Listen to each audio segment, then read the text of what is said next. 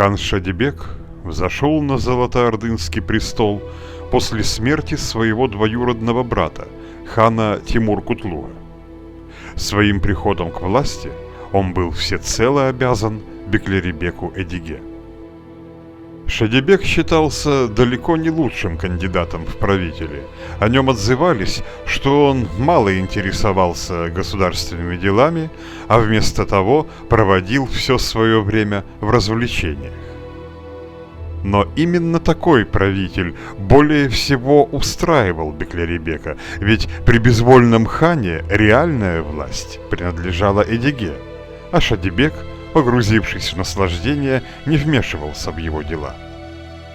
Тем временем среди части подданных нарастало недовольство ханом, который по указанию Эдиге утверждал слишком суровые законы. Заметив это, Шадибек решил, что пора избавиться от своего покровителя.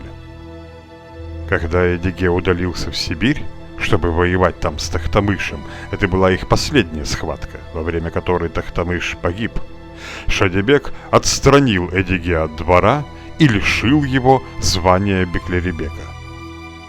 Однако, отважившись спорить с Эдиге, Шадибек не рассчитал сил. Разъяренный Эдиге вернулся из Сибири и изгнал хана из столицы. Шадибек бежал на Кавказ, а Эдиге заменил его новым ханом – Пуладом. Шадибек укрылся на территории нынешнего Азербайджана, где местные жители по-прежнему считали его законным ханом. В конце концов, посланцы Эдиге добрались до Шадибека и убили его. Примечательно, что именно при хане Шадибеке на монетах, чеканившихся на Крымском полуострове, стали впервые изображать трезубую тамгу.